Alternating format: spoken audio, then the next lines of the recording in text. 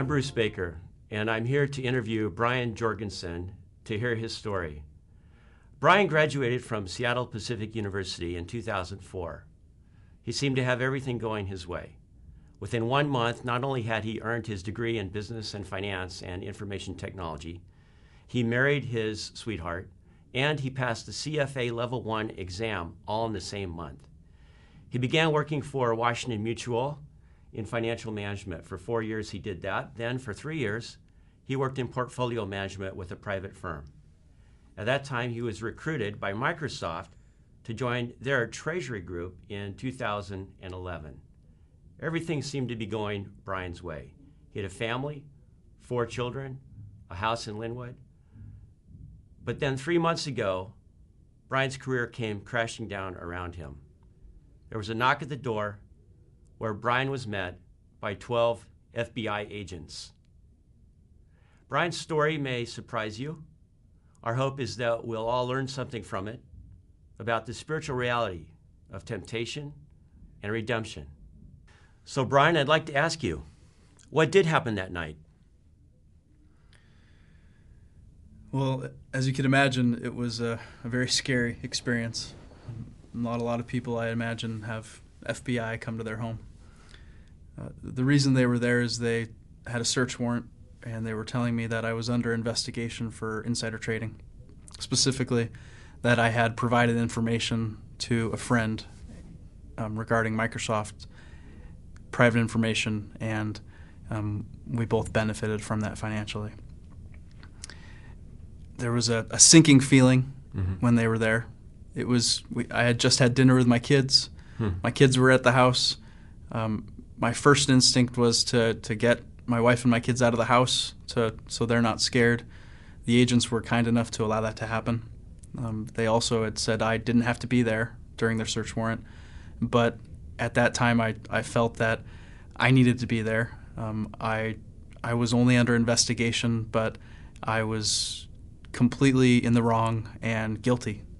So I gave implicating statements that night as to my involvement. That very night, without even a thought for a lawyer or defense of some kind? Well, I haven't lived a wayward life up to this point, so I didn't have a defense attorney on speed dial. But no, this was the first indication that I realized that I was under any investigation, and there was no sense of trying to cover it up or fighting. I, like I said, was clearly in the wrong. It sounds like for about 3 hours, you essentially confessed to wrongdoing, to what they're charging, and what they're charging you is criminal. Correct. Yes. And you were in your home confessing to this? Yes. Yeah. The next emotion I'd say was just the feeling of just conviction. I had felt convicted of what I had been doing. I had been doing this for a year and a half, providing information to a friend of mine who was then profiting from the trades.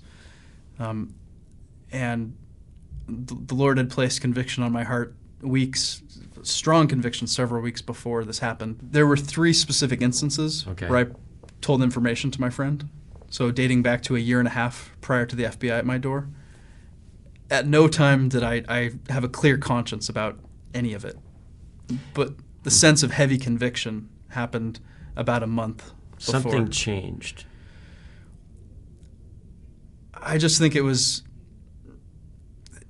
I can't even pinpoint what changed, but there was a sense of just brokenness, that what I was doing was... I knew it was wrong the whole time, but it just kind of hit me like a sledgehammer that this is wrong. How does someone who knows that it's wrong go on doing this?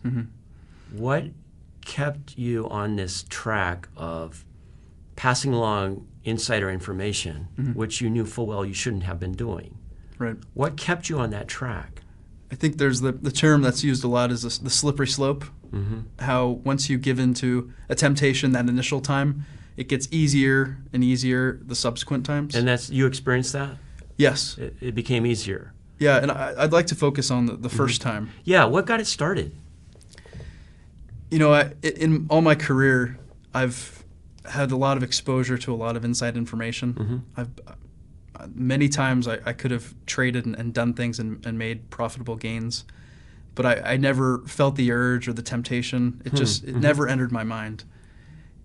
And I was working at Microsoft at the time, but I wasn't sitting in the back waiting for my opportunity to jump on something. Like, how am I going to take advantage of this system? How am I going to make some money on this? You had never felt that temptation? No, I hadn't. Not at Washington Mutual, not at the private fund? Correct. Yeah. Not even at Microsoft? No, not even at Microsoft. You had not felt that? So what happened, I remember it clear as day. I was in a meeting, and at the specific, we were talking about doing a joint venture with Barnes & Noble.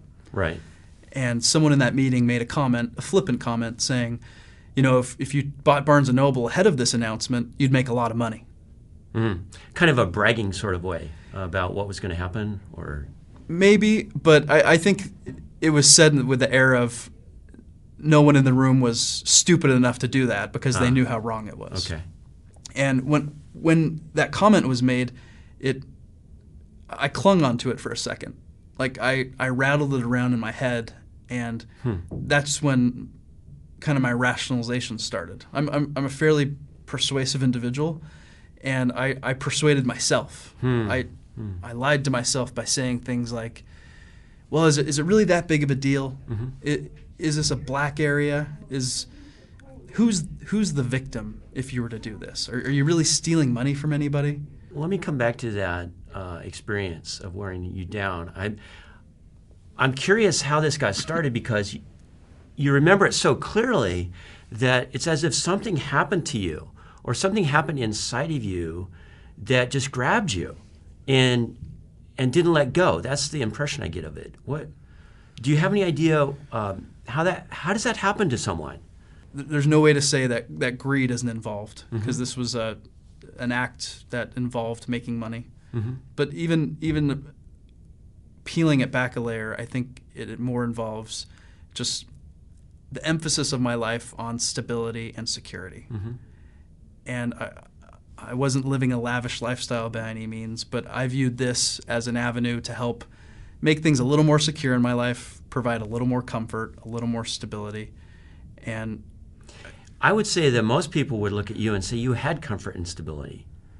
I agree with that. You owned a home, you had a healthy family, husband and wife with 4 children, earning good money at Microsoft. Right. You already had that. I'd agree with that, and that's why I said a little more. Right. I think it was a desire for more, or well, I think that's where the greed comes in. A lack of contentment, I think, is a good way to put it.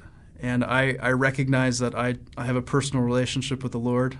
I recognize that I had been blessed for in all ways. I'm still blessed, even though I don't have my job anymore, and I'm looking at some huge hurdles down the road. Where was that relationship with the Lord when this temptation grabbed a hold of you? Right. How did you bring that to the Lord? That's hard to understand. At the point of temptation? Yeah. I think that goes back to really not, at that point, giving him that area of my life. It's kind of the 80-20 principle. I was giving him 80% of my life, and the 20% saying, well, I'm having a hard time living total dependence on you. Some people say that having more, especially financial gain, sometimes they say that it's a matter of keeping score, that it wasn't actually about the money. Does that make sense to you, or was that going on with you or not? I don't think so. No. I'd say that I know that I did have comfort and stability, but I wasn't living a lavish lifestyle. It's not something where I was like, I need money so I can keep up with the Joneses. That was never a part of the motivation. Absolutely. What about the rationalization you mentioned of the so-called no victim, or as we call it, the victimless crime concept? Was that part of your rationalization? Oh, wow. I think that was the biggest part, to be honest. I mean, looking back, I could never imagine embezzling money from a company. I could never imagine stealing. So what's the difference between stealing and embezzling and what you did? It goes back to really the victimless crime, where I cheated the system in order for financial gains. So by doing that, I compromise the fairness and the integrity of the market, which is horrible. But at the same time, you can't point to somebody to say, where's the restitution? I'd say if I had to pinpoint one thing, that would be what I had hung my hat on to say, well, who are you really hurting? Is there really a victim in doing this? And really, when you're compromising the integrity of the market, everyone's the victim. Never in a million years would I thought that the FBI would have came to my house. Probably I thought the worst case scenario that would have happened was I'd get fired and it would be a non-public type of event. Had the thought crossed your mind that that could happen? Absolutely. Yes. And even after that thought crossed your mind, you did it again? Yes. I mean, it was a year later, so there was a certain passage of time, but I think that year somewhat emboldened both of us, my friend and myself, that, well, it's been a year, nothing's happened. So you begin to feel a bit safer about it. In the heat of the moment, it was easier to do the second time to provide him the information. The third time, I'd say it was a little bit easier too. And then after that third time, that's when the conviction really started setting in. That's when I felt really bad about what I did. I was listening to different sermons on restitution. The feds seized my cell phone. The last thing I did on my cell phone, I was listening to a Mark Driscoll sermon on lying and cheating. And I was very convicted. But that being said, I never would have turned myself in. I never would have raised my hand and said, hey, I did this. I was trying to think about ways that I could make amends to kind of make things right. That almost makes it sound like this conviction of this getting caught becomes part of the cure. Yeah, in an oddly perverse way, I'm glad that I was caught. You can say he's good in the face of that penalty coming your way, and seeing justice can be worked here, and you can see him at work in that. It says in Hebrews that no one likes to be disciplined in the heat of the moment. And this isn't a fun experience for me. Doing this interview with you isn't pleasant. This isn't enjoyable for me. But I feel like that God he's making me vulnerable enough to kind of share my story with people. And I hope it can help kind of touch people's hearts. But at the same time, he's given me strength to be able to share. How about your relationship with your wife? I mean, how's this? Was this a shock to her that this happened? Oh, this, first of all, I can't imagine going through this and having to worry about my marriage crumbling or her leaving me. And she's been incredibly loving and incredibly supportive during this. And we've almost been married 10 years now. It'll be a couple months, will be our 10-year anniversary.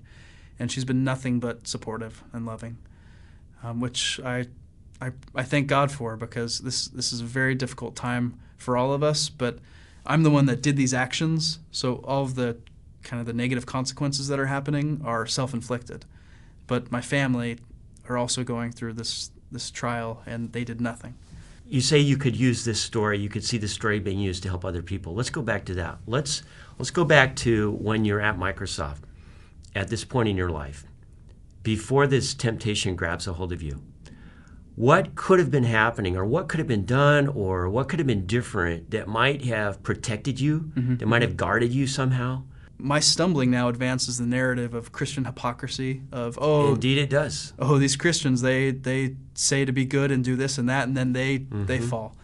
And obviously we don't claim to be perfect as Christians, but it's a horrible testimony, and it nullifies the testimony that I had given to all of those folks. I just feel this calling to relay my story. But okay, how does that serve you? Because if I were to waste this crisis, I think I'd be making a second mistake. This is like saying everything works to good for those who trust God. And Romans 8:28. Yeah. Is that what you're saying? Yes, absolutely. I'm going to use this opportunity to share my faith, to be an example of someone that can pick themselves up by the grace of God and restore themselves. And it doesn't mean that I'm going to live a prosperous life. From here on out, it could be a grind, that I'm toxic to an employer. Like I said, I'm not going to have any assets at the end of this. I could go to jail. Brian, thank you so much for this interview, this time, for sharing your story. We appreciate it very much, and we thank you for your witness.